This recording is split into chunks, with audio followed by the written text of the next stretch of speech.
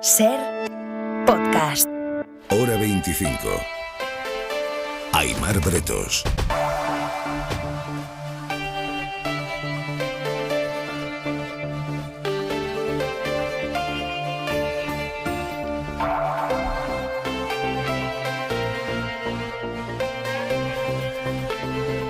Dos asesinatos machistas en un solo día, los dos en la Comunitat Valenciana, uno en Castellón, el otro en Orihuela. Dos mujeres asesinadas por sus parejas, 46 en lo que va de año. Es absolutamente insoportable. Esta noche en Hora 25 a las 9 hemos estado en un centro en el que viven las mujeres que dan el paso de separarse de sus maridos y marcharse de la casa en la que conviven. Muchas veces esas mujeres no tienen a dónde ir, no tienen una red familiar que les pueda abrir las puertas, se quedan sin nada, se quedan sin ingresos y acuden con sus hijos a uno de estos centros, dejándolo todo atrás, huyendo de ese agresor. Es que dejan su casa, dejan su trabajo, dejan a su familia, dejan a sus amigos, parten de cero muchas veces con sus hijos y tienen que empezar de cero en otro lugar. Tienes que empezar en otro sitio donde tienes que seguir ocultándote, pero si el agresor sabe cuál es el centro de salud, cuál es el colegio donde están tus hijos, estás localizada y perdida y tendrías que volver a empezar. Nos han contado que hay un punto crucial para que la mujer no se vaya, que no llegue allí, esté una semana, se arrepiente y se vaya, y son los 4 meses. Hay que conseguir que esa mujer aguante 4 meses en el centro.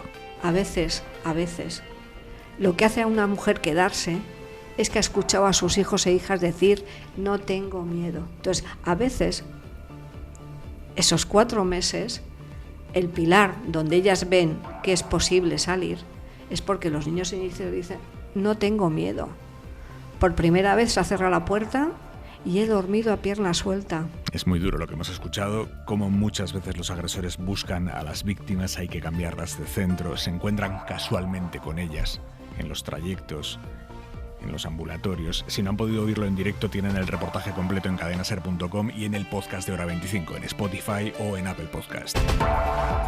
Hoy precisamente las jugadoras de fútbol, las jugadoras que hace menos de un mes ganaron el Mundial, han decidido mantener el pulso ante la federación y no volverán a la selección, a no ser que haya más cambios dentro de la propia federación más allá del cese de Bilda. Quieren que se vaya de la estructura de la federación todo aquel que formaba parte del equipo Rubiales, para entendernos. Hoy en la toma de declaración a Rubiales en la Audiencia Nacional se le ha preguntado por 3 personas distintas, al menos 3, de la federación, que fueron las que supuestamente presionaron a Jenny Hermoso y a su entorno. 3 responsables de la federación, al menos 3, a los que las acusaciones se plantean llamar ahora a declarar. Lo hemos avanzado al inicio de Hora 25. Miguel Ángel Campos, buenas noches. Buenas noches, Aimar. Entre 3 y 4 personas cuyas identidades fueron concretadas por Jenny Hermoso durante su declaración del pasado 5 de septiembre ante la Fiscalía, según ha sabido la SER, y por las que han preguntado hoy las acusaciones a Luis Rubiales. Se trata de responsables de la federación que supuestamente por orden del entonces presidente presionaron a Jenny Hermoso, así como a su familia y amigos, para que justificase públicamente el beso robado por Rubiales y diera su aprobación. Siempre, según Hermoso, hostigaron a la futbolista. La acusación, conformada por el Ministerio Público y la abogada de Hermoso, valora solicitar al juez Francisco de Jorge que cite a declarar como imputados a estos empleados de la federación que formaban parte del entorno profesional de Rubiales. Aimar ha negado que ordenase coacción alguna. Hasta mañana, Miguel Ángel. Adiós. En la mesa del análisis de esta noche en Hora 25, Paola Canata, ¿cómo estás? Buenas noches. Buenas noches, Aimar. Juan Manuel de Prada, muy buenas. Juan Muy Manuel. buenas, Aimar. Y Manuel Rico, buenas noches. Buenas noches. Y en la contra de Hora 25, el CIS de hoy es más que nunca la cocina de Tezanos. Es un CIS gastronómico en el que los encuestados responden a una de las preguntas más divisivas que hay, que es tortilla con o tortilla sin cebolla. Javois, buenas noches. ¿Qué tal, Aimar? Buenas noches. Sabíamos que el pueblo es soberano, sabemos que el pueblo es además pro cebolla. Los españoles clarísimamente se decantan por la tortilla con cebolla y poco hecha. Lo sospeché, hace muchos años lo sospeché, fui jurado durante varios cursos de un concurso de tortilla de patatas y efectivamente allí se recibía mucha cebolla. He recordado una frase gloriosa de Lorenzo Díaz, el mítico Llorens, que dice: la cocina española siempre vuelve al lugar del crimen, que es el garbanzo. He recordado también con esta encuesta a mi paisano Julio Camba, que dijo: la cocina española está llena de ajo y de preocupaciones religiosas.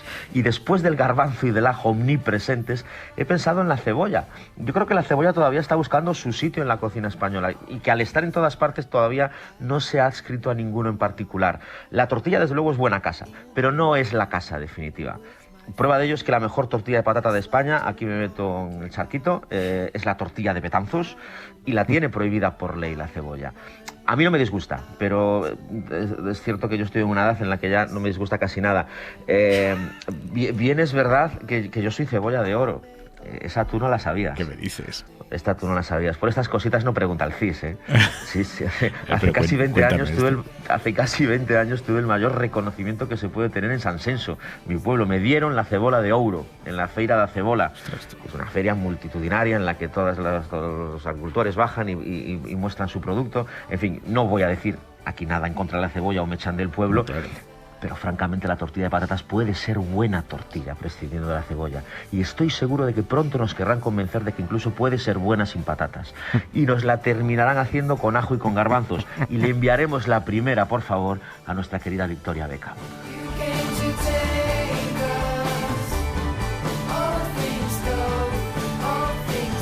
Un beso, Javois, descansa el fin de... Besos, chao.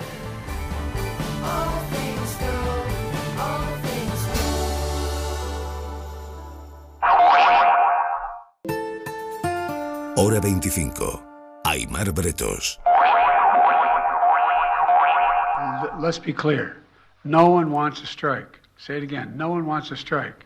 But I respect workers' right to use their options. Al inicio de Hora 25 que ese pero que introduce Biden en la frase es clave. Dice, nadie quiere una huelga, pero yo voy a respaldar así la huelga histórica de la industria del motor en Estados Unidos. Es una huelga indefinida de los trabajadores de 3 grandes plantas de montaje de automóviles.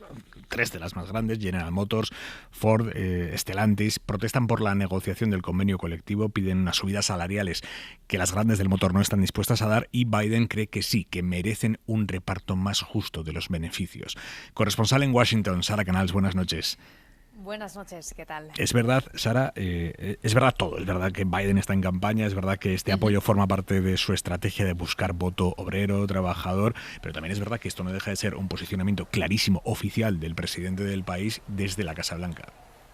Sí, es por eso que Biden ha querido dejar claro que desde que las negociaciones empezaron hace unas semanas, él ha estado en contacto con ambas partes y en su discurso, más allá de defender a este sindicato en particular, diciendo que entiende su frustración, ha remarcado también que el papel de los sindicatos es crucial para construir una clase media fuerte y, en consecuencia, que la economía del país crezca, ¿no? Que sea más robusta. Le escuchamos. That's why strong unions are critical to a growing economy and growing from the middle out.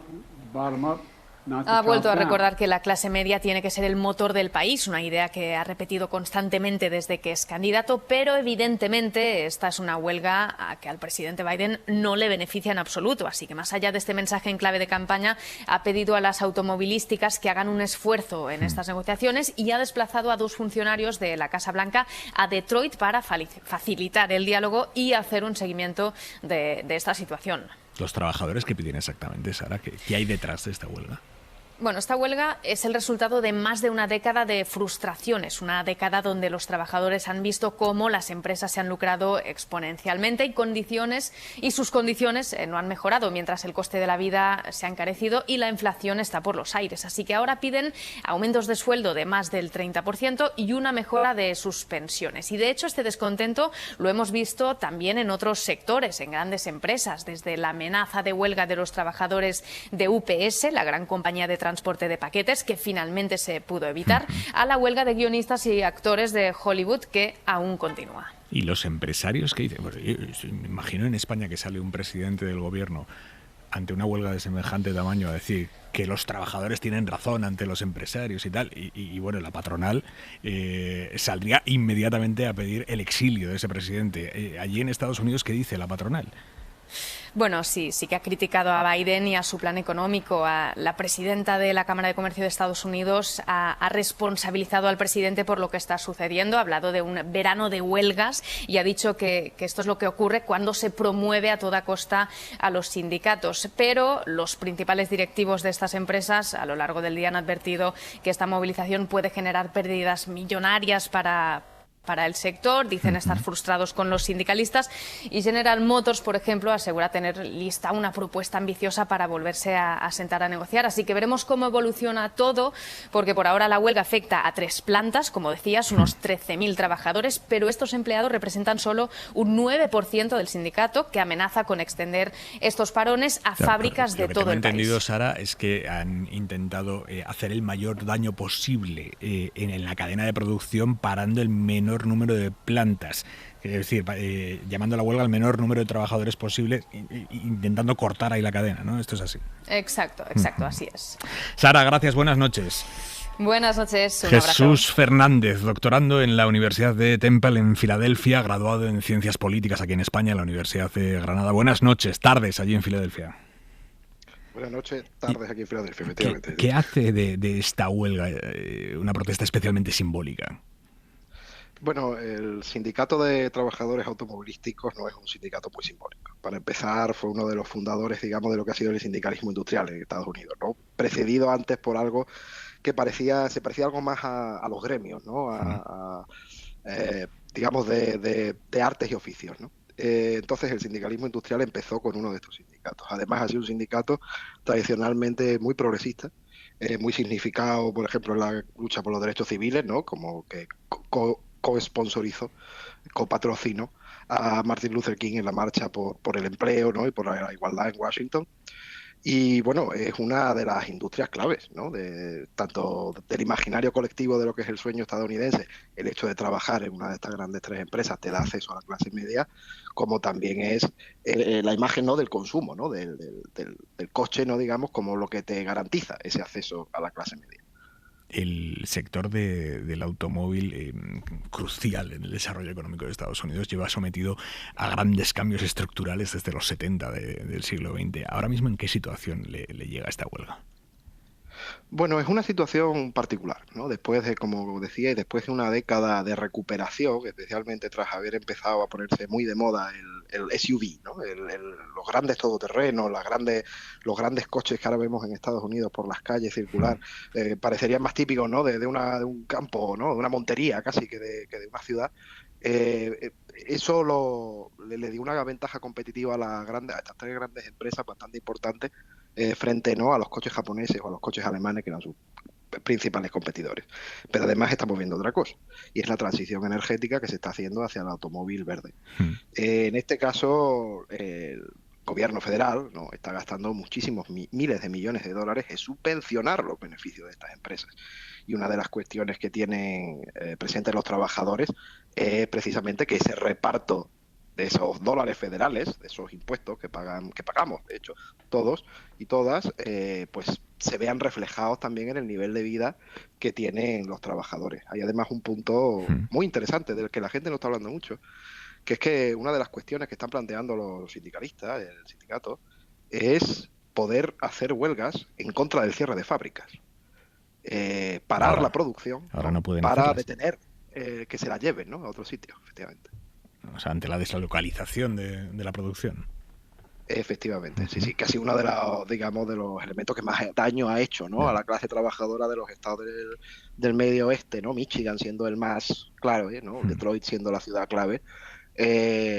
Ha sido uno de los procesos, digamos, de esta globalización que más daño ha hecho tanto al sindicato por los números de afiliados como en general al nivel de vida de toda esta población. Acabamos de escuchar al presidente Biden diciendo que nadie quiere una huelga, pero que es legítimo que los trabajadores pidan su parte de los beneficios crecientes o por lo menos muy amplios de las empresas. Hemos visto a Alejandra Ocasio-Cortez acompañando a los huelguistas.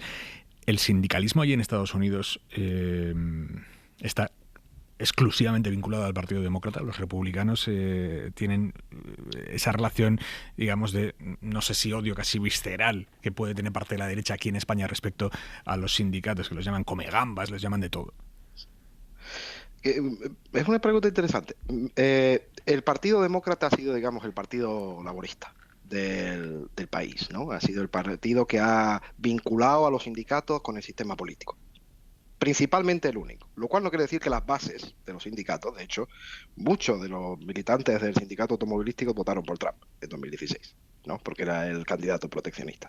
No una gran cantidad, tampoco saquemos los números de quicio, porque no es justo plantear, ¿no?, esta imagen casi del blanco pobre del medio oeste cateto y racista, no es eso, ¿no? Pero ante el dolor económico que las políticas neoliberales han estado planteándonos a todas estas familias durante más de 40 años, evidentemente la reacción ha sido visceral en muchos casos.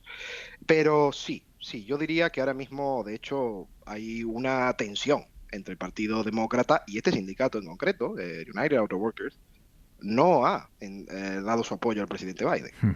Le ha puesto una condición. Le ha dicho, para tener el apoyo público de este sindicato, usted tiene que asegurar que los dólares federales, las subvenciones federales y las exenciones fiscales que van a estas empresas tienen que repercutir en los trabajadores y tiene que asegurar que estas empresas están sindicalizadas. Yeah. Vamos a recordar que Estados Unidos tiene una población sindical, una densidad de membresía sindical muy baja, de apenas el 10%. ¿Solo el 10%?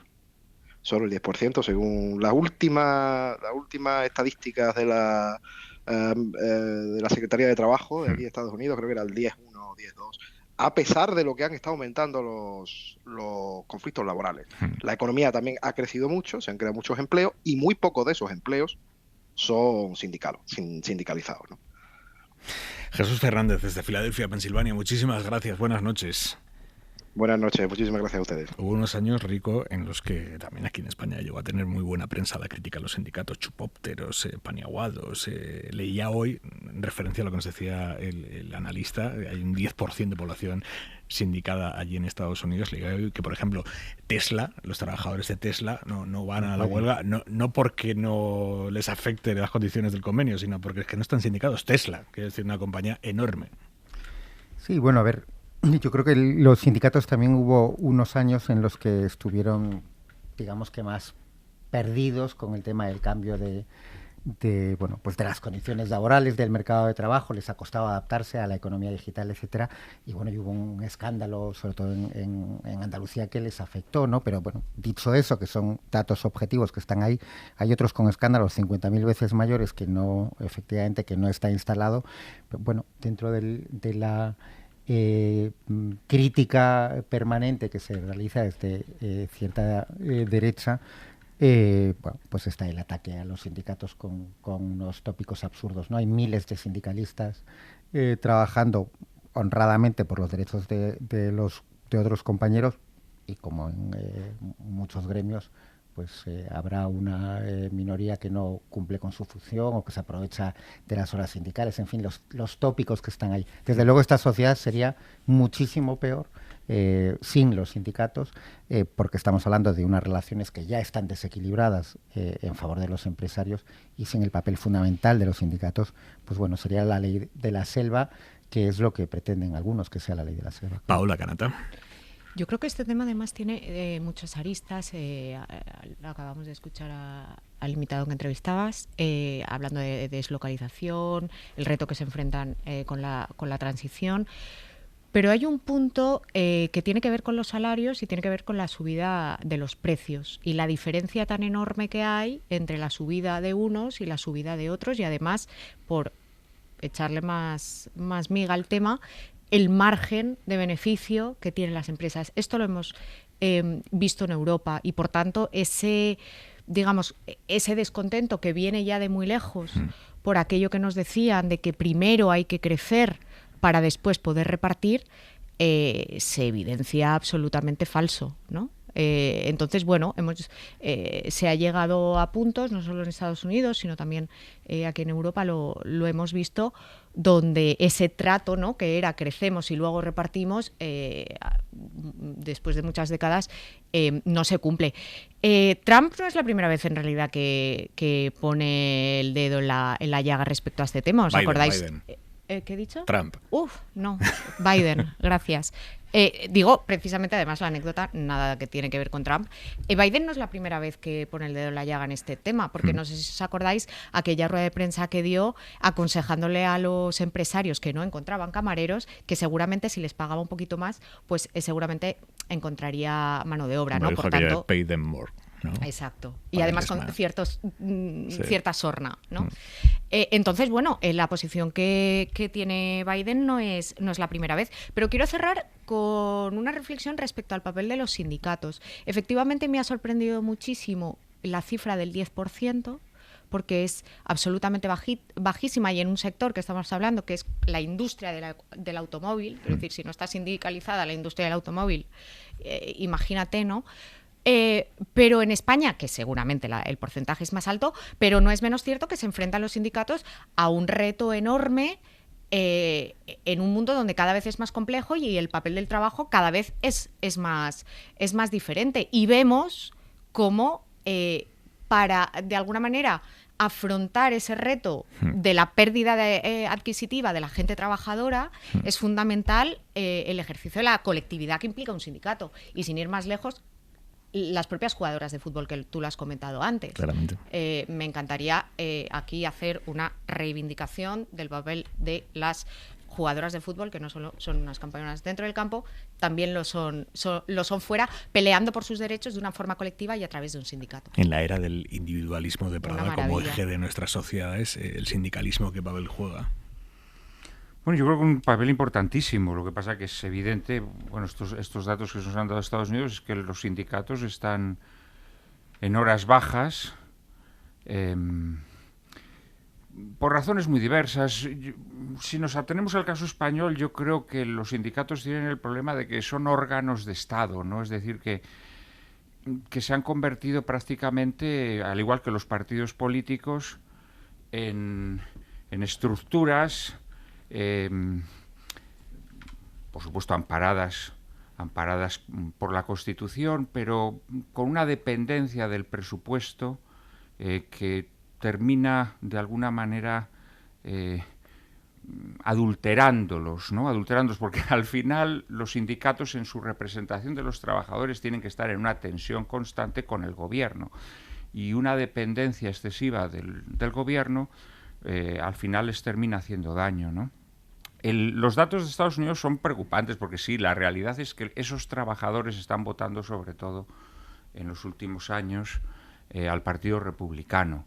Y yo creo que lo que hace Biden de alguna manera es una reflexión que tendrá que introducir la izquierda antes o después, es que las políticas identitarias fragmentan el electorado, que es precisamente lo que siempre quiso evitar la izquierda, ¿no? Porque la izquierda tenía una visión universalista de los trabajadores. Y en Estados Unidos, esto lo denuncia ya en los años 70 Hobsbawm, el gran historiador marxista, poniendo el ejemplo de cómo Margaret Thatcher consigue que los trabajadores la voten.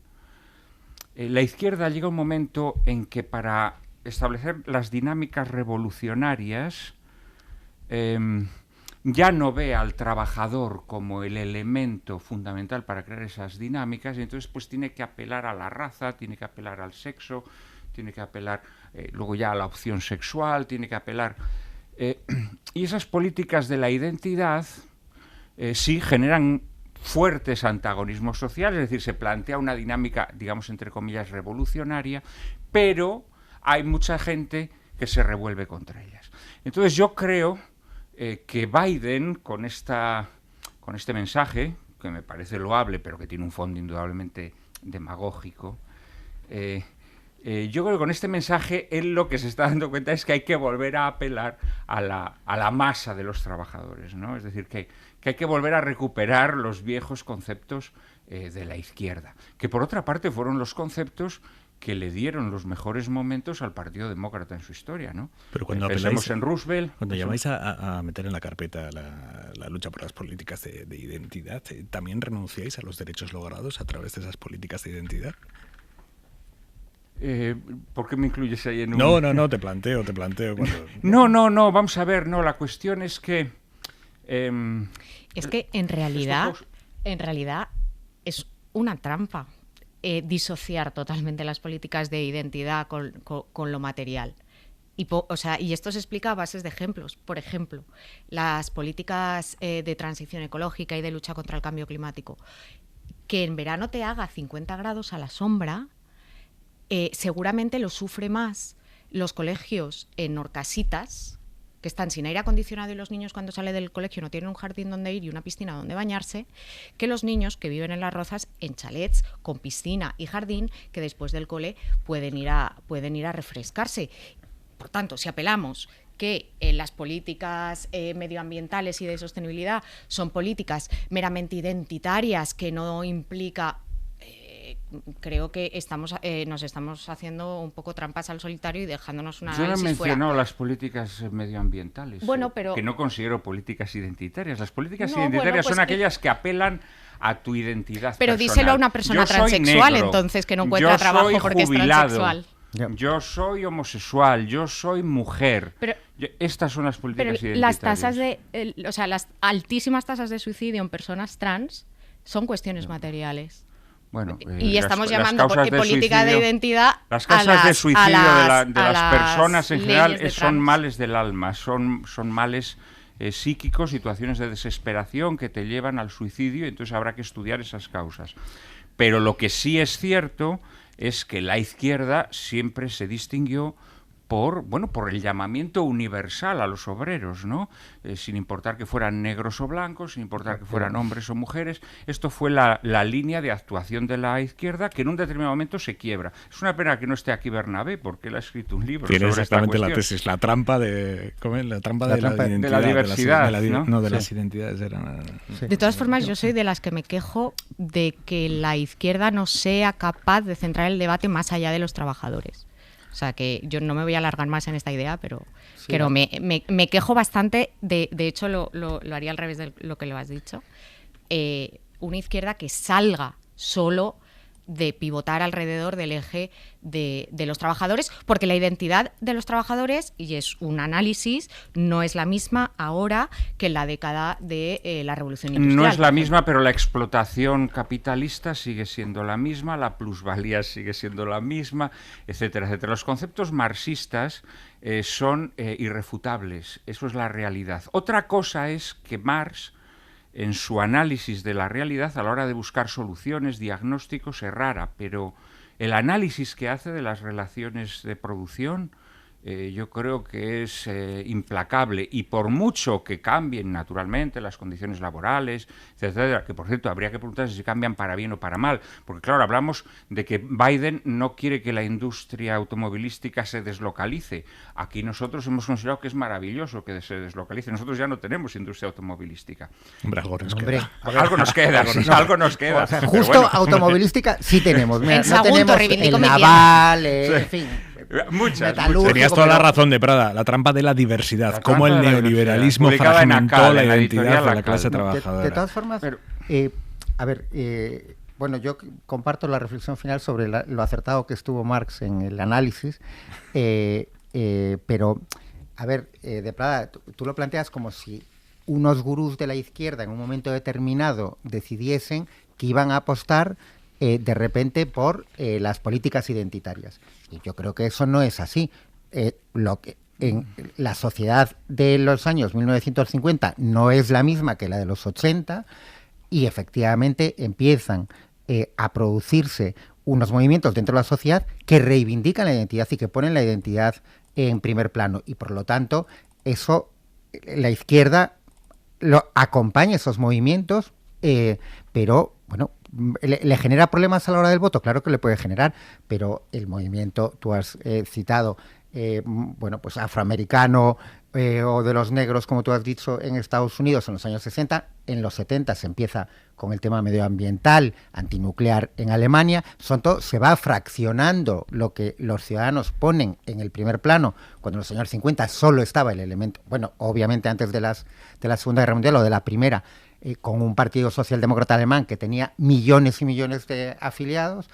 Pues no es el mismo que en los años 80 del siglo pasado, donde diversos ciudadanos dan prioridad a luchas diversas y por lo tanto la izquierda se tiene que adaptar. ¿Que eso le genera problemas a la hora del voto? Bueno, pues es evidente, pero que no son unos gurús en un laboratorio que decidieron, vamos a experimentar con esto. Yo creo que sí hay unos Hombre, gurús por favor, eso sería...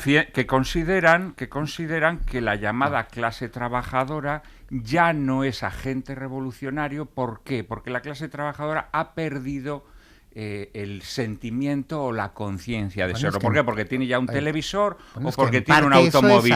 Entonces esa gente lo que quiere ya es aburguesarse.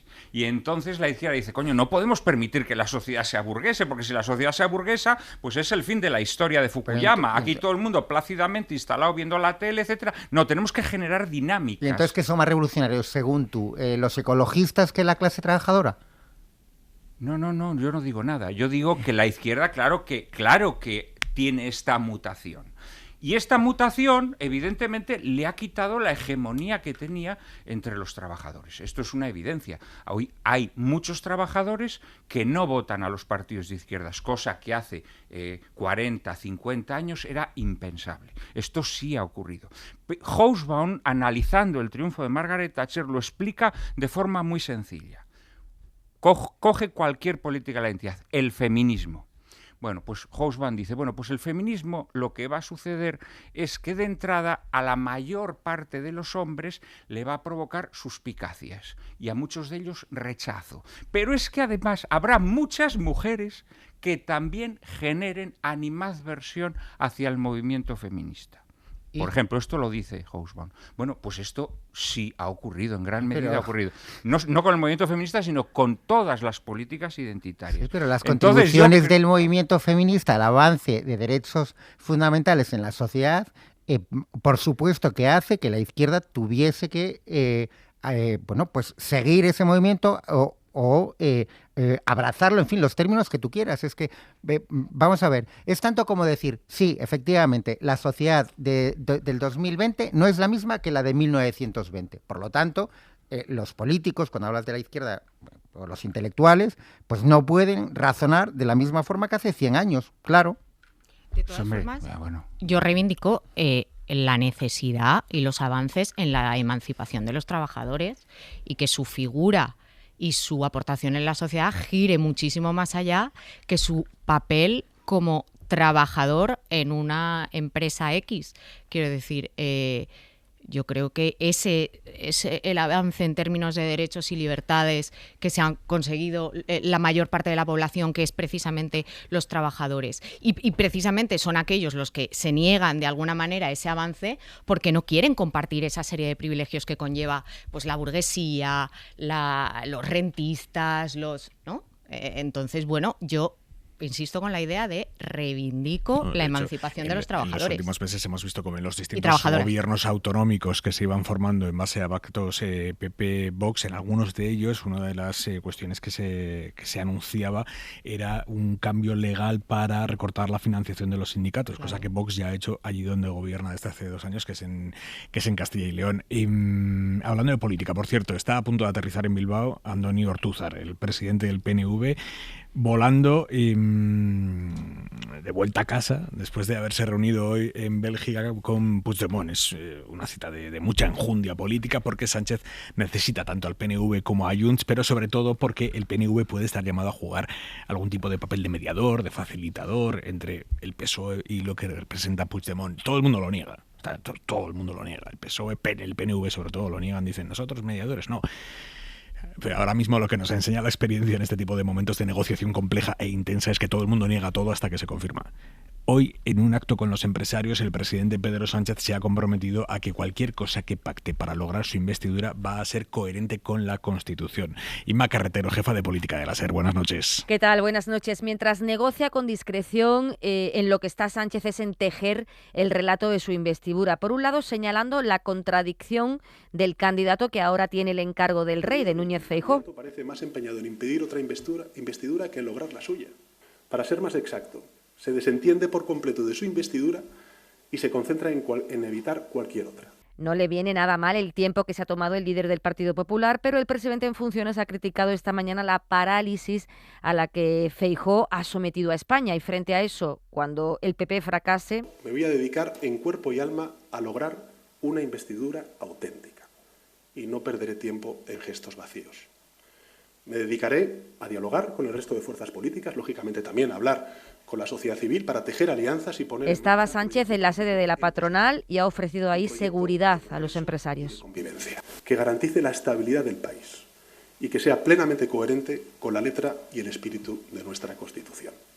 Un proyecto, en consecuencia, conciliador. Con la palabra amnistía colocada en todas las conversaciones ha prometido fidelidad a la Constitución, intenta así combatir los recelos sobre su negociación con Junts. Este fin de semana va a hacer algo parecido en Galicia, donde tiene meeting, mandando un mensaje de tranquilidad al PSOE, que soporta estos días una gran presión, mientras la dirección pide confianza e intenta no especular en público sobre esa amnistía que pide Puigdemont y que hasta antes de las elecciones el PSOE rechazaba de plano. Por lo tanto, Sánchez promete que cualquier pacto al que llegue será coherente con la letra y el espíritu de la Constitución, y Feijóo, en contra, acusa a Sánchez de querer socavar la Constitución. Desde el minuto 1, tras las elecciones, comenzaron a construir un relato y a poner en marcha una estrategia que va directamente a socavar los principios básicos de nuestra democracia con el único afán de mantenerse en el poder. Esto lo ha dicho Feijóo, por cierto, ante uno de los vicepresidentes de la Comisión Europea, Margaritis Schinas.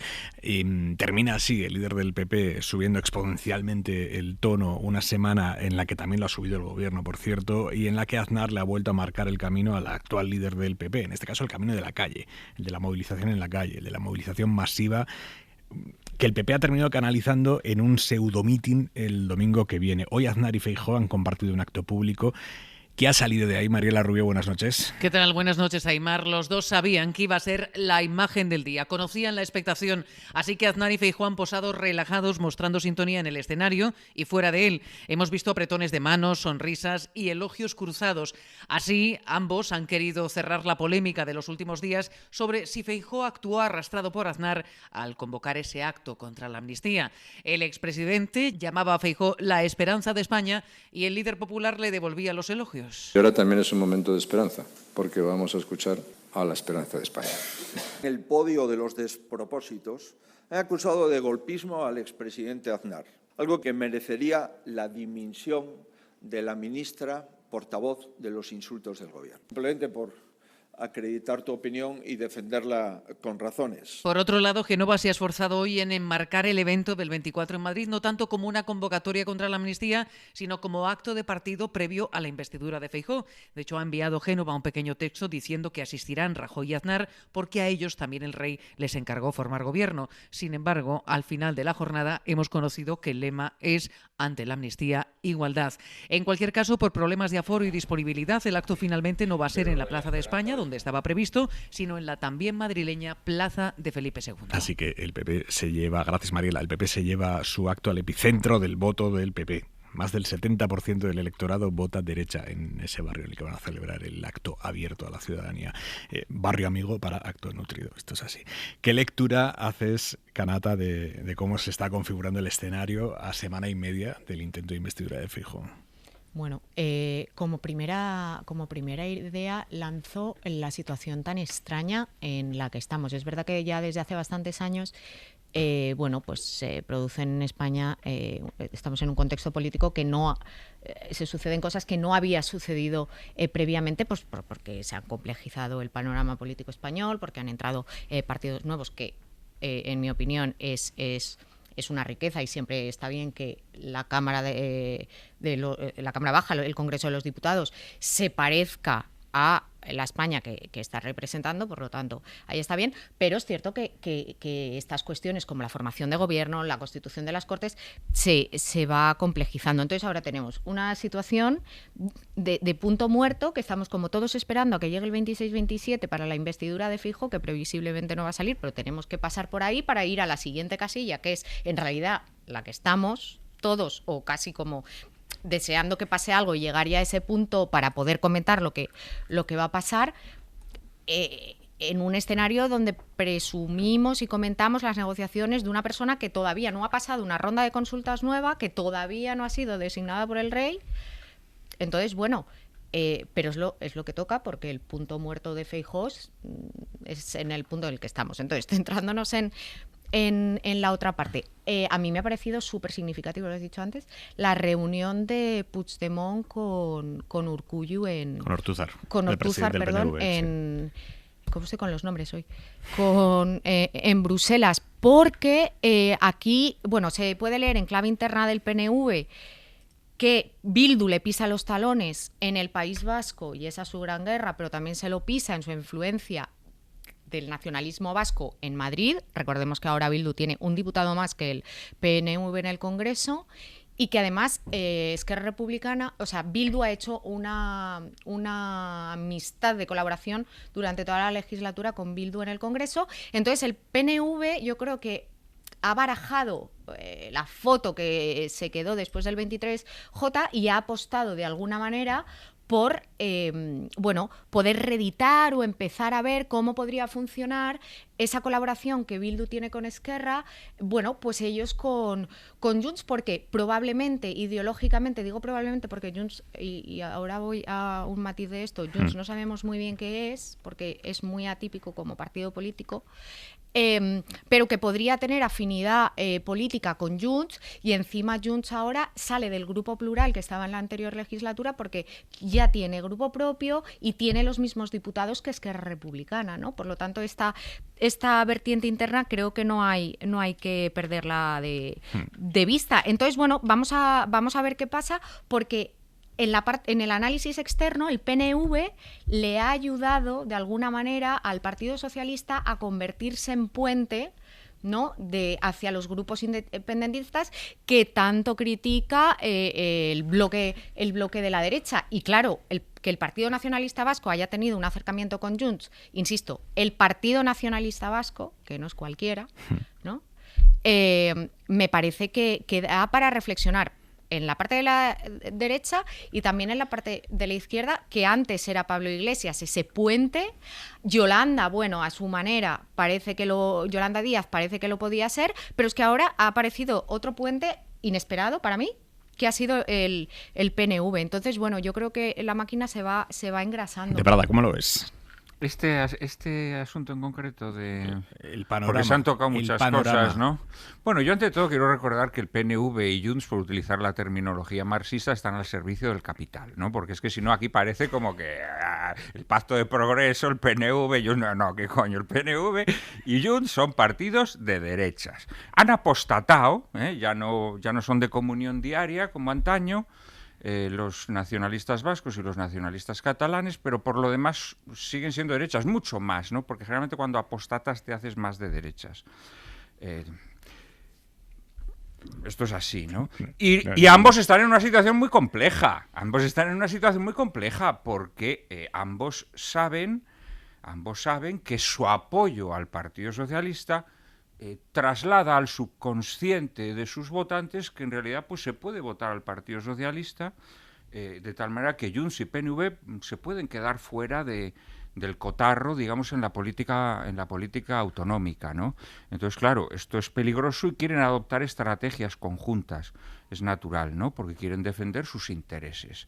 Y sus intereses, repito, son los que son. Son partidos burgueses, porque es que si no parece como que de repente ahora todo el mundo es progresista, ¿no? O de izquierdas. No pases miedo por ahí, que todo el mundo progresista no parece. O sea, Vox no parece progresista, Feijóo puedes dar 3 vueltas, no parece progresista. O sea, ese alivio te lo quito, no apostates esta noche. Respecto a la derecha, vamos a verlo. El PNV votó en contra de la reforma laboral, el PNV. Junto con Bildu y Esquerra. Hombre, yo no sé, es que ahora si vamos a decir que el PNV no es un partido de derechas... El PNV es un partido serio. Mi reflexión iba por ahí. A mí me parece peligroso decir también que es un partido serio. Que cuando van a Bruselas, van a Bruselas con todas sus consecuencias. Serio desde luego es porque ellos siempre han sabido sacar tajada y siempre han sabido imponerse en las negociaciones y demás. O sea, que sobre su seriedad y sobre cómo barren para casa nadie puede dudar. Sobre la derecha, vamos a ver, Feijóo es un pato mareado, es un hombre que está tocado del ala, quiero decir que lleva plomo en las alas desde el 23 de julio. Lleva plomo en las alas. Lleva plomo en las alas, sí, no quiero decir que esté mal de la cabeza. Aclarado. Por favor. Y es un pato mareado, y entonces Aznar le ha señalado lo que tiene que hacer, simplemente por... Bueno, ha vuelto un poco a la derecha digital, ¿no? Que es la que con el dedito señala lo que hay que hacer al subordinado, ¿no? Esto a Aznar le gustaba hacerlo con Rajoy, luego Rajoy fue un poco levantisco y no quería que Aznar lo hiciese, y el pobre Feijóo, pues en estos momentos, que repito, pues está desarbolado, pues hace lo que le dice Aznar. Lo que pasa que es que, claro, lo quieren todo, es decir, quieren la movilización ciudadana contra la amnistía, pero al mismo tiempo quieren que solo son ellos los adalides contra la amnistía. Entonces no quieren una manifestación multitudinaria en donde se incorporen otras formaciones políticas, porque ellos quieren opacar, silenciar a esas formaciones políticas. Es decir, quieren estar en misa y repicando, ¿no? Están confundidos y es lo que sucede, ¿no? Respecto a Sánchez, cuando dice que el pacto que va a lograr va a ser coherente con la letra y el espíritu de la Constitución, no tengo la más mínima duda, porque ser coherente con la letra de la Constitución es lo más fácil del mundo. La Constitución es una sopa de letras, está plagada de anfibologías, todos los artículos tienen varios significados, empezando por ese apartado del artículo 62 en donde se habla del derecho de gracia. Si tuviéramos aquí un tablero, haría un análisis sintáctico de esa frase. Admite dos interpretaciones perfectamente legítimas. Es una anfibología de libro. No ambigüedad. Ambigüedad es utilizar una palabra con un doble sentido. No, es una frase que significa dos cosas a la vez. Y la Constitución es toda así. La letra de la Constitución, el artículo 15, el derecho a la vida. Todos tienen derecho a la vida. ¿Quiénes todos?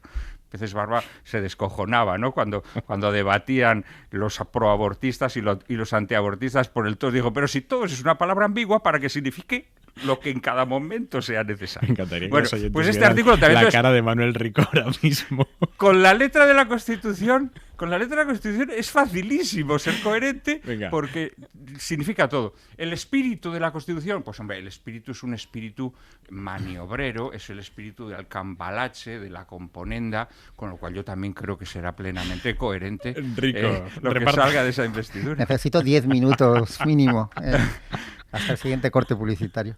A ver, Feijóo, para ir por orden. Es que pasa tan rápido las cosas. Feijóo fue al rey y le dijo que quería presentarse una investidura. A mí una de las cosas que más me asombra de Feijóo es que parece ser que él cree que puede tomarle el pelo a todo el mundo. Me alegra porque ha incluido al rey en ese tomarle el pelo. Porque a mí me parece asombroso. Le ha pedido, ha dicho que sí, que va a ir a una investidura, ha tenido una reunión con Sánchez de 1 hora y eso es todo lo que ha hecho por la investidura. Me parece tremendo. Estamos en el periodo en el que debería estar intentando, y pidió tiempo. Recordemos que montaron un semiescándalo para que la investidura no fuese a los 10 días del encargo del rey, sino que necesitaba tiempo para negociar. El tiempo para negociar lo está dedicando a tiempo para organizar manifestaciones que cada día va cambiando de sitio. A lo mejor es el que lleva a él los planos de por dónde va la manifestación y por eso lo necesita. Bien.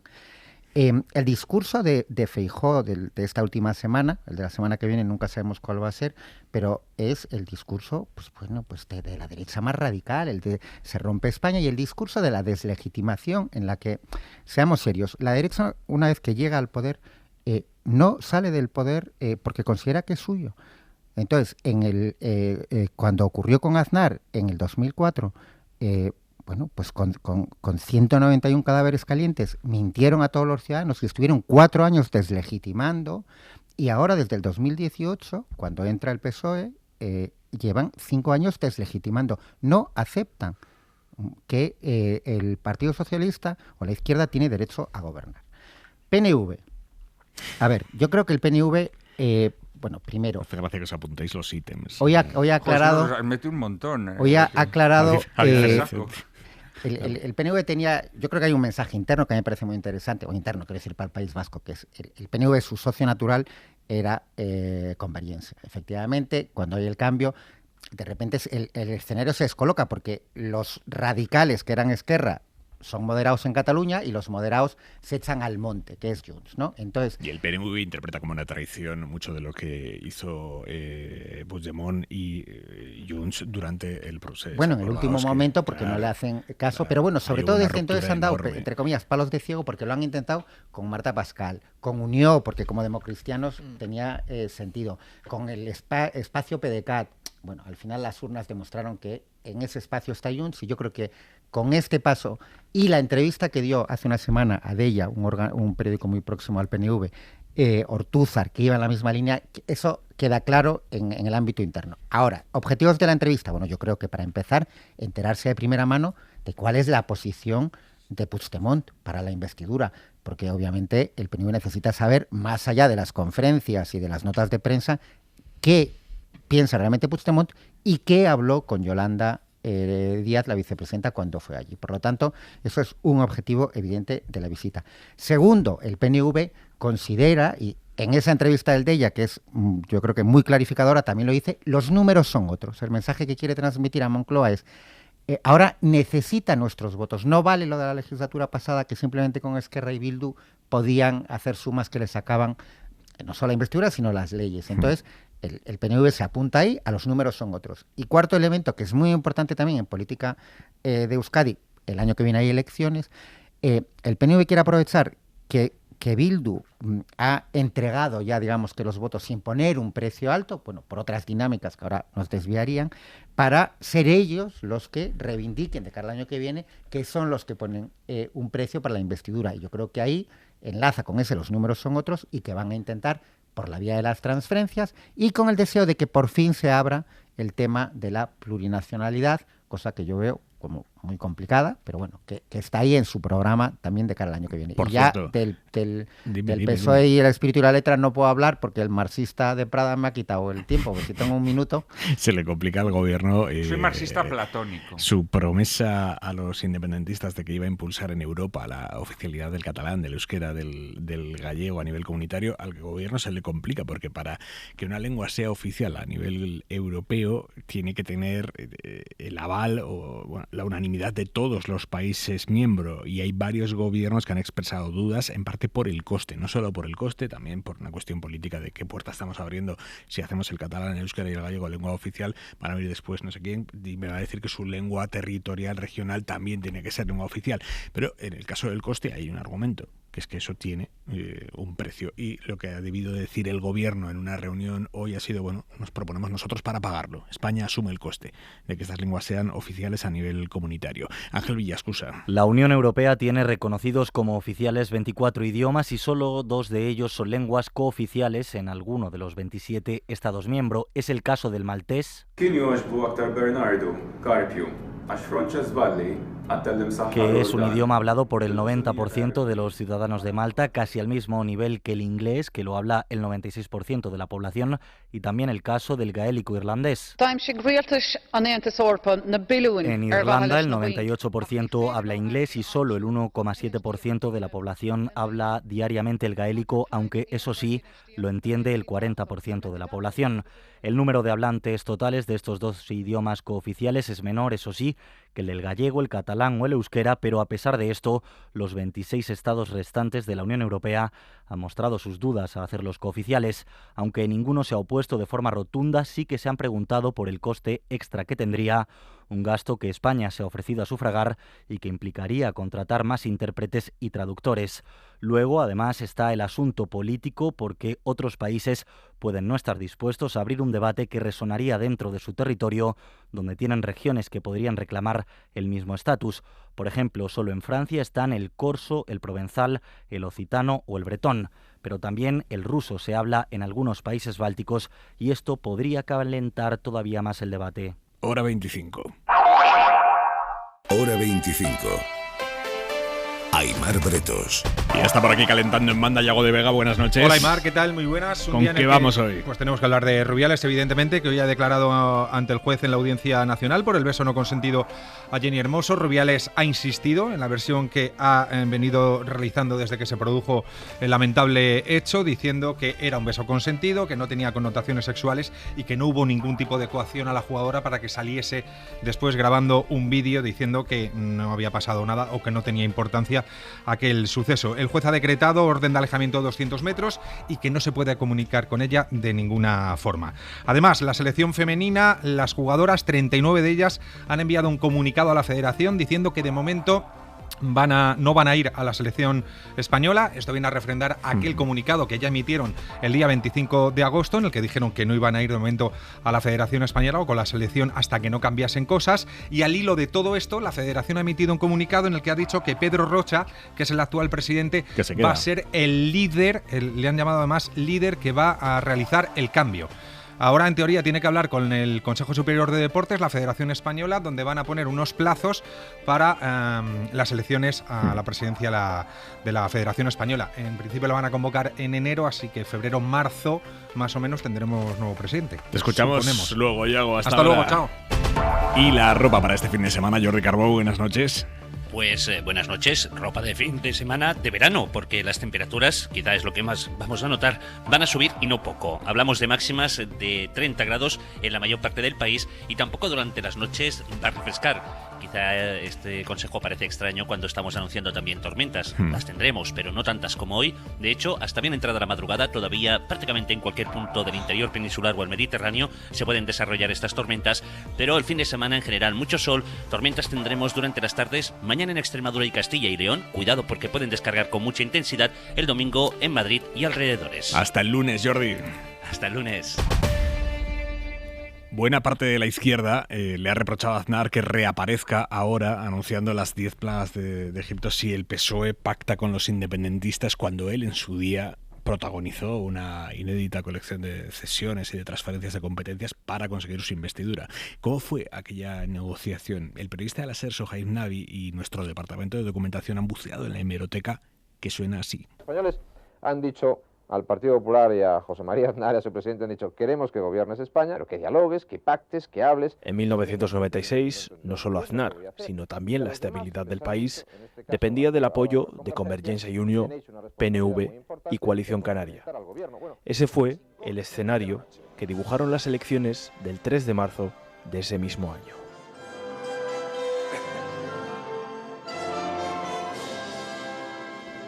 Está siendo una noche agitada. Una noche que, a partir de los datos de los sondeos, parecía dibujar una silueta política para el país. A medida que han ido pasando las horas, la silueta se iba recortando. El resumen de titulares en este instante sería el siguiente.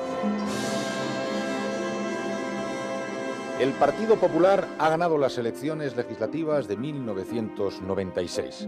Va a obtener 156 escaños y va a quedar lejos de la mayoría absoluta. Va a necesitar pactos para lograr la gobernación. El Partido Socialista... Con ese panorama incierto, salió Aznar al balcón de Génova, proclamándose vencedor, pero sin saber realmente si podía llegar a gobernar. El Partido Popular ha ganado las elecciones. Tan incierto era el escenario que dejaron aquellos comicios, que en la sede del PP, la persona a la que vitoreaba el público con tanta euforia dependía de la persona a la que dedicaban unos cuantos improperios. Quizás no sabían aquellos que insultaban que la llave del gobierno estaba en manos del expresidente catalán Jordi Pujol. Porque ellos han protagonizado actitudes muy agresivas.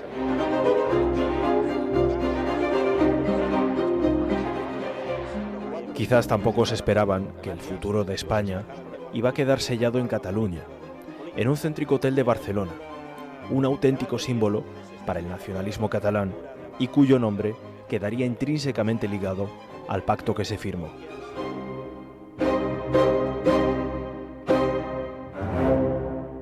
Bueno, el acuerdo del Majestic tuvo como dos fases. Una primera que fue aceptar que se iba a llevar a un acuerdo, y eso lo decidió Pujol con su círculo más estrecho. Ignasi Guardans fue uno de los 16 diputados de CiU que obtuvo su escaño en las generales de 96 y que votaron sí a la candidatura de Aznar. Guardans y Cambó, Ignasi, sí. Y ahí es donde los diputados nos pusimos a proponer cosas, y de ahí salió la supresión de los gobernadores civiles, la presencia de las comunidades autónomas en la legislación europea y una cierta representación en Bruselas, la supresión del servicio militar. Se negoció con una parte financiera y una parte más político-legislativa. Con los apoyos de Convergencia, más los 4 de Coalición Canaria, el eje Madrid-Barcelona-Las Palmas garantizaba 176 síes, es decir, mayoría absoluta.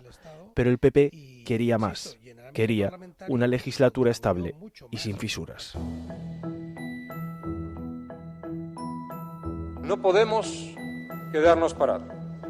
Avanzando juntos, reconociendo nuestro pluralismo y diversidad, respetándolo, logrando acuerdos inteligentes. Así que los puentes se tendieron también hacia Vitoria. En esa fórmula entraba en juego el Partido Nacionalista Vasco. Ana Sagasti, Olaveaga, Iñaki Mirena. Sí. Un rato me llamó al día siguiente a mí, si estaba yo personalmente dispuesto a ir a Madrid a hablar con él de una manera discreta. Fundamentalmente me dijo que quería negociar con nosotros. Ana Sagasti fue el interlocutor entre los de Sabin Echea, la histórica sede del PNV, y Génova. El gran factor del acuerdo con el PNV fue Jaime Mayor Oreja, aunque ahora parezca una cosa rarísima, ¿no? Porque él quería abordar la lucha contra ETA con nosotros dentro de la política general. Para los nacionalistas vascos, verse cerca del PP era una posición un tanto incómoda porque se sentían más próximos a los socialistas. Era un poco psicodélico de cara a una negociación con el Partido Popular. Hubo, de hecho, un pequeño resquicio para que gobernara de nuevo el PSOE con los nacionalistas. La aritmética parlamentaria lo hacía posible, pero Felipe González, con 4 legislaturas a la espalda, acusó el desgaste. Felipe González era un buey cansado, perdóneme la expresión, ¿no? Los escándalos que rodeaban a los socialistas tampoco ayudaban. Salía de una situación de escándalos tremenda que afectaban a lo más alto, o sea, es que afectaba a todo, al espionaje en la Moncloa, Narcís Serra, el hermano de Guerra. Descartada la vía socialista, la única alternativa a unas nuevas elecciones era que 3 partidos, con más divergencias que afinidades, se sentaran a negociar. Si el PP quería gobernar, tenía que hacer, como se diría ahora, muchas concesiones. Sabiendo que todos tenemos que hacer concesiones, que todos tenemos que renunciar a una parte de nuestro programa, pero que todos tenemos una obligación que cumplir. Parecía imposible que un dirigente como Aznar fuera capaz de transigir con todas esas peticiones. Resulta incluso paradójico que se cediera en cuestiones que en la actualidad la derecha censura sin contemplaciones. Con la Guardia Civil expulsada de estas comunidades autónomas, hoy, ahora por la tarde, ha sido la Guardia Civil de Navarra, sufragado por el señor Sánchez. Nosotros lo decimos bien claro, nunca ha habido un gobierno de España que humille tanto a la Guardia Civil como el gobierno de Pedro Sánchez. La Guardia Civil quedó en Cataluña reducida a controlar aeropuertos y fronteras, por tanto, el Partido Popular aceptó que la Guardia Civil dejara de verse en Cataluña, en la práctica. Este es un gobierno que gobierna contra los españoles y que está entregado absolutamente a todos los enemigos de España y del orden constitucional. Había mucha sensibilidad a suprimir ese concepto de gobernador civil, y en el conjunto de España pues suprimía cargarse una figura de enorme importancia simbólica, ¿no? Debilitó la provincia, Si le quitas el gobernador civil, la provincia pierde una buena parte de su sentido y lo gana la comunidad autónoma. Que Pedro Sánchez va a aprovechar estos días de agosto para asegurarse el poder a toda costa y cerrar sus pactos, puesto que ya tiene un pacto con Puigdemont. No puedo entender que se critiquen acuerdos que todavía no se han producido. Ese pacto del PSC y del independentismo catalán es un pacto, pero en el fondo lo que hay es un apartheid lingüístico. Lo que sí era, línea roja o como se quiera decir, era garantizar que el Partido Popular no cuestionaría la situación lingüística en Cataluña. La lengua catalana es una de las expresiones más perfectas. Los socios del gobierno de España están haciendo un apartheid lingüístico. ¿Hasta dónde ha llegado el veneno nacionalista en España? Nunca me he sentido identificado con eso que se llama la derechona clásica, ni me voy a identificar nunca. Los nacionalistas estaban ante su oportunidad de sacar rédito de un candidato que anhelaba ser investido presidente. Recuerdan que estuvo dispuesto a todo con tal de gobernar. Sí, eso sí, es un hombre de poder. Tiene ese instinto de asesino, entre comillas, del poder, y hizo lo que sea por pactar con nosotros. Y en el acuerdo había una cláusula secreta, de alguna manera, que era la creación del operador de telefonía, que luego se llamó Euskaltel, porque Convergencia y Unió me va a pedir exactamente lo mismo, pero claro, vosotros sois poquitos. En cambio, Cataluña pues es una realidad muy importante y además Telefónica no me lo va a permitir. No iban a darle los apoyos que necesitaba a cualquier precio. Así que Pujol, tensando la cuerda, le pide que como muestra de buena voluntad sacrifique a una de las principales figuras dentro del partido y de la derecha. Pujol me ha pedido tu cabeza y yo se la he negado. Me dice, tenemos... Alejo Vidal Quadras fue el líder del PP en Cataluña y enemigo acérrimo de Pujol. Aznar lo colocó allí estratégicamente para dar la batalla ideológica con un discurso muy antinacionalista. La presencia del que sería a la postre uno de los artífices de Vox molestaba a Convergencia, así que en esa ruta de Aznar hacia la Moncloa tenía que dejar a su persona de confianza por el camino. Entonces, bueno, pues cenan en el Majestic, un gran boato, y cierran el pacto. Mientras yo lo veía desde mi casa por la televisión, que como te digo, para mí fue una noche muy amarga. Todos esos guiños y gestos de amistad se truncaron ya en la siguiente legislatura. En las elecciones posteriores a las del 96, el PP obtiene mayoría absoluta y ya no tiene que depender de otros para gobernar. Ahí, Aznar despliega su repertorio más recalcitrante y empieza a parecerse al Aznar que conocemos hoy en día.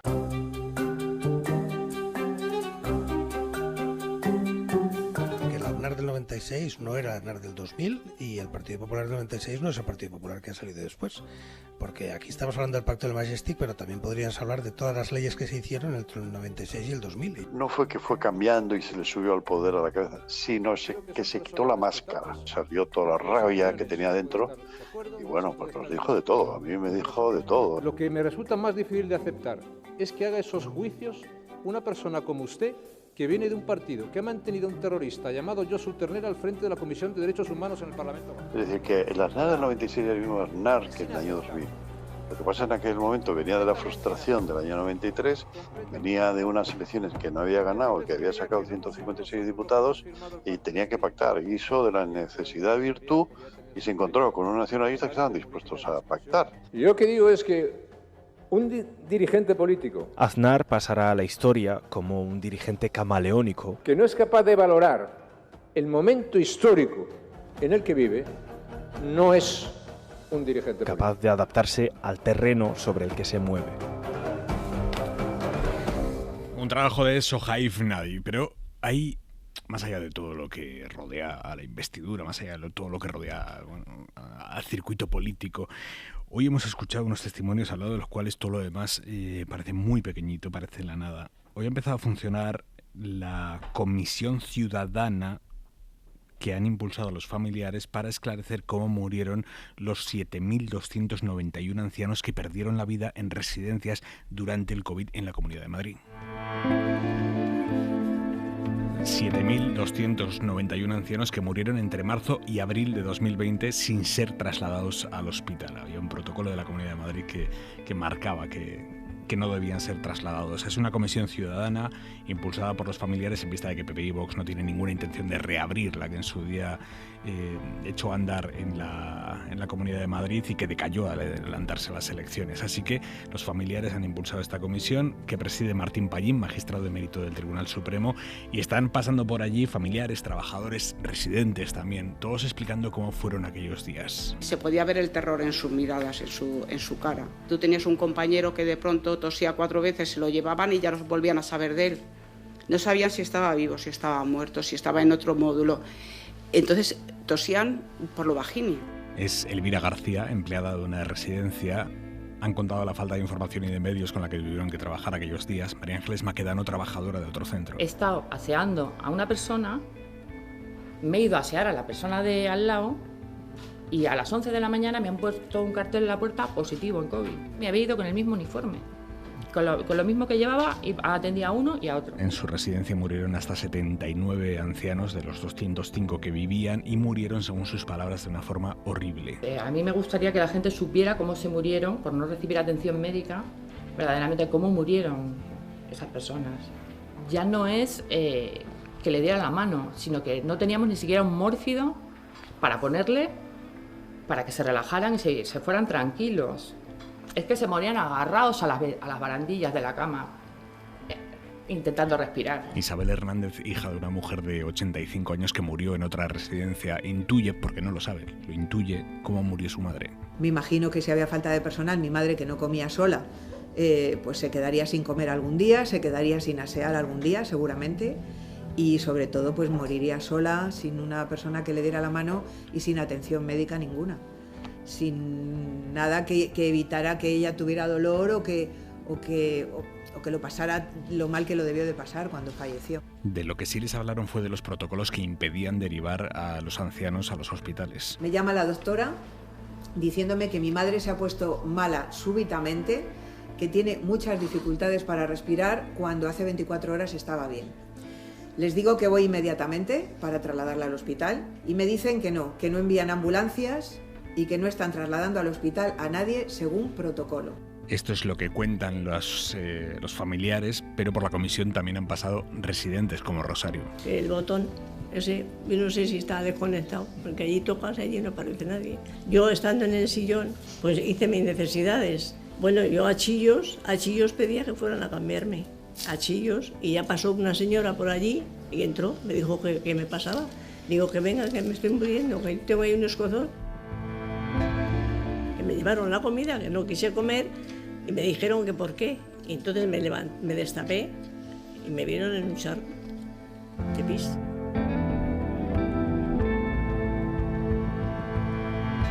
Rico, ¿cuál es la relevancia de esta comisión ciudadana? ¿Para qué va a servir, si es que va a servir? Bueno, para empezar, para que escuchen a los familiares, a las que han perdido víctimas, realmente, a los trabajadores. Yo antes de entrar en el programa estuve hablando con un miembro del tribunal y me dijo que había sido pues muy emotivo, muy impactante, que se han confirmado obviamente cosas como la no derivación a los hospitales, con cómo fallecieron, porque ya no es solo que fallecieran, sino cómo fallecieron, ahogados, en fin, lo acabamos de escuchar, ¿no? Hay que decir primero que esto, que se tengan que organizar los ciudadanos es una muestra, otra más, de un Estado que no funciona correctamente. Aquí han fallado la Fiscalía, que tenía la obligación de investigar y no lo ha hecho. La fiscal superior de Madrid, Almudena Lastra, no solo no ha investigado, sino que publicó en su día un informe lleno de mentiras y de falsedades. Han fallado los políticos, ¿no?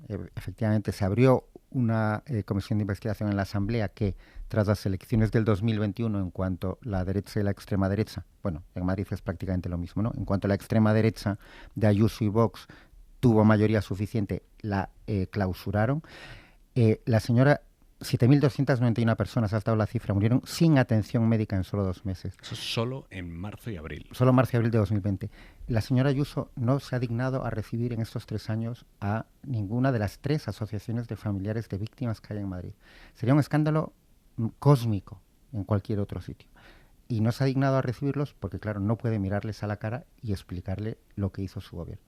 Lo que hizo su gobierno se resume muy rápidamente en 4 datos, porque nos hemos centrado todos en el protocolo, es lo más conocido. Efectivamente, el protocolo impedía derivar a los hospitales a las personas que tenían mayor dependencia física o deterioro cognitivo, que en las residencias son la inmensa mayoría, ¿vale? Pero es que esto se completó con otros 3 elementos. No se medicalizaron las residencias y en la Comunidad de Madrid había más de 1.000 personas, personal sanitario, que en vez de enviarlas a las residencias, que es donde estaba muriendo la gente, el gobierno autonómico los envió a IFEMA, ¿vale? Entonces, tienes el protocolo de no derivación. Segundo, no medicaliza las residencias. Mandas el personal a IFEMA. Y a IFEMA no enviaron a los residentes, que eran los que estaban muriendo. Mandaron a gente con síntomas leves, porque IFEMA fue un aparato de propaganda, una decisión de propaganda. En las 6 semanas que estuvo abierto el hospital de campaña de IFEMA, murieron más de 5.000 personas en las residencias de Madrid. El número de trasladados de esos 5.000 a IFEMA, un hospital de campaña, fue exactamente 0. Una cifra tremendamente terrible para recordar, 0. Y el cuarto elemento, se hizo un mando único, de forma que los hospitales privados también pasaban a depender de ese mando único de públicos y privados, 102 hospitales en total, una decisión acertada, la misma cifra que antes. Si tú no tenías un seguro privado, no te derivaban a un hospital privado, aunque hubiese camas vacías, y la patronal dijo que hubo momentos en que tuvieron camas vacías. Este conjunto es lo terrible. El protocolo solo ya sería para que cualquier persona con un mínimo de dignidad dimitiese. Bueno, yo dimitía y me iba a Australia y no volvía a aparecer en ningún sitio. Pero es que lo terrible de lo que ocurrió en Madrid son las 4 cosas juntas. El resultado, 7.291 personas fallecidas, muchas habrían muerto, pero de forma digna, otras se habían salvado, y lo que vino después, que es cero investigación, y nadie ni siquiera escucha a los familiares y a las víctimas, y se han tenido que organizar ellos. De Prada. Bueno, eso es terrible, ¿no? Es terrible. Yo lo que no sé es si esto solo pasó en Madrid o pasó en toda España. Esta es la duda que yo tengo, ¿no? Porque siempre se habla de Madrid. ¿Esto no pasó en otras regiones? No. A ver, ¿qué pasó en otras regiones? En Cataluña hubo un protocolo, hubo más de 2.000 personas que murieron sin traslado, sin asistencia médica, por lo tanto, en Cataluña habría que investigar exactamente igual. Lo que no hubo en Cataluña fue un protocolo tan salvaje como el de aquí, ni el tema de IFEMA que acabo de comentar, ¿vale? Pero en los muertos se concentraron. ¿Hay que investigar en Cataluña? Exactamente igual. Y en las 2 Castillas, una gobernada por el PP y otra por el PSOE. En las 2 Castillas, donde también hubo una mortalidad altísima. La brutalidad de Madrid es estos 4 elementos juntos, pero por supuesto que hay que investigar en los demás sitios. Sí, no, yo creo que es una cuestión, bueno, que habla muy mal del concepto que tenemos de la dignidad de la vida, ¿no? Porque, claro, nos llenamos la boca de la dignidad de la vida y de la muerte digna y no sé qué. Bueno, todo esto es algo estremecedor, ¿no? Porque en realidad esos protocolos, esos llamados protocolos, existían previamente. Es decir, existía la convicción de que cuando se declarase una plaga había que dejar a los muertos, a los viejos que se murieran. Y esta idea estaba metida en esos protocolos. Y a mí simplemente esto me parece escalofriante, ¿no? Evidentemente esto, sobre todo, yo ya no creo que aquí la razón fundamental sea el correctivo a los políticos, a los gobernantes, sino sobre todo el darnos cuenta que esto antropológicamente es monstruoso y naturalmente que tenemos que afrontar este problema de otra manera, ¿no? Claro, ahora ya sabemos también que todos enloquecimos con el coronavirus. Sabemos breve de Prada, ¿eh? Sí. Sabemos que todos enloquecimos, pero evidentemente las residencias de ancianos, se habló mucho de que había que cambiar las residencias de ancianos, de que las residencias de ancianos tenían que ser de otra manera. Me temo que no lo son, que siguen siendo lo que eran. Es evidente que las familias tienen que cobrar conciencia de, en la medida de lo posible, cuidar de sus ancianos. Es decir, en realidad habría que plantear un debate antropológico muy profundo y muy extenso, del modelo de las residencias. Lo hemos abierto 1000 veces aquí, además contigo, y siempre se generan bonitos e interesantes debates. Para otro día, dejamos el segundo capítulo. Sí, en realidad la idea que quería dejar clara iba un poco por ahí. Yo creo que la pandemia puso un foco enorme, terrible y cruel en las vergüenzas como sociedad, que era fundamentalmente el tema de los cuidados. Es un caso que estremece un poco porque se evidencia lo que conlleva hacer negocio de un derecho que además cada vez lo van a tener que tener más personas porque la población es cada vez más longeva, como son los cuidados. Por cierto, no solo la población mayor, sino también personas con discapacidad que en aquel momento también se vieron pues fueron víctimas de cómo funcionaban las residencias.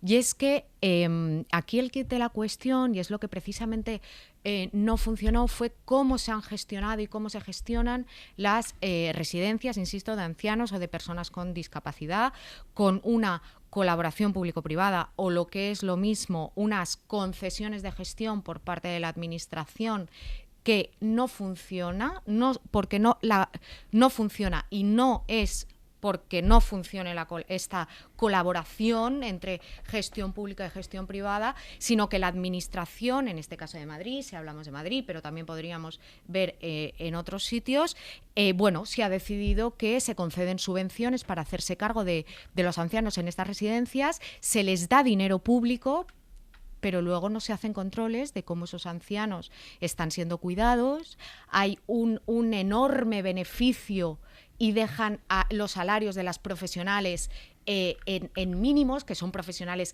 que cobran muy poco, y por lo tanto yo creo que debemos ser más exigentes con, en este caso, el Gobierno de Madrid, que regala dinero a las empresas y eso no convierte en un mejor cuidado a los pacientes. Vamos a dejarlo aquí por hoy. Paola Canata, Manuel Rico, Juan Manuel de Prada, un abrazo. Hasta la semana que viene. Hasta pronto. Hasta pronto, chao.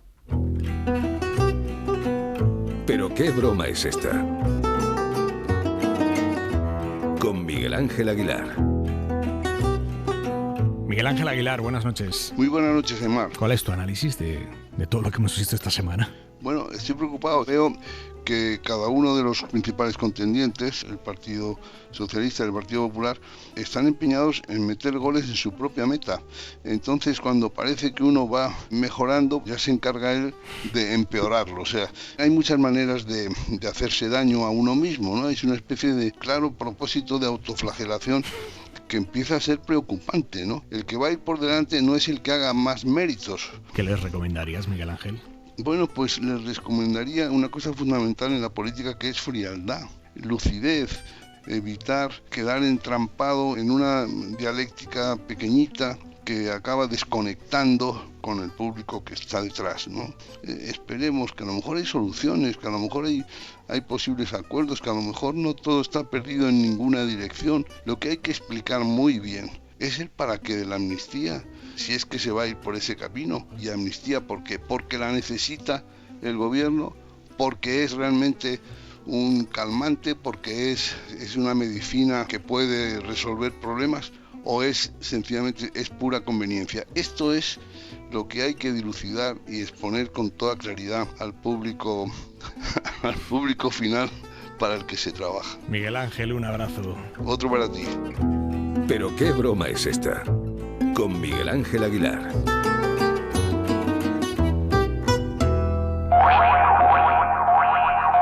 Descansen y disfruten del fin de semana. Hasta el lunes. Adiós. Para no perderte ningún episodio, síguenos en la aplicación o la web de la SER, Podium Podcast o tu plataforma de audio favorita.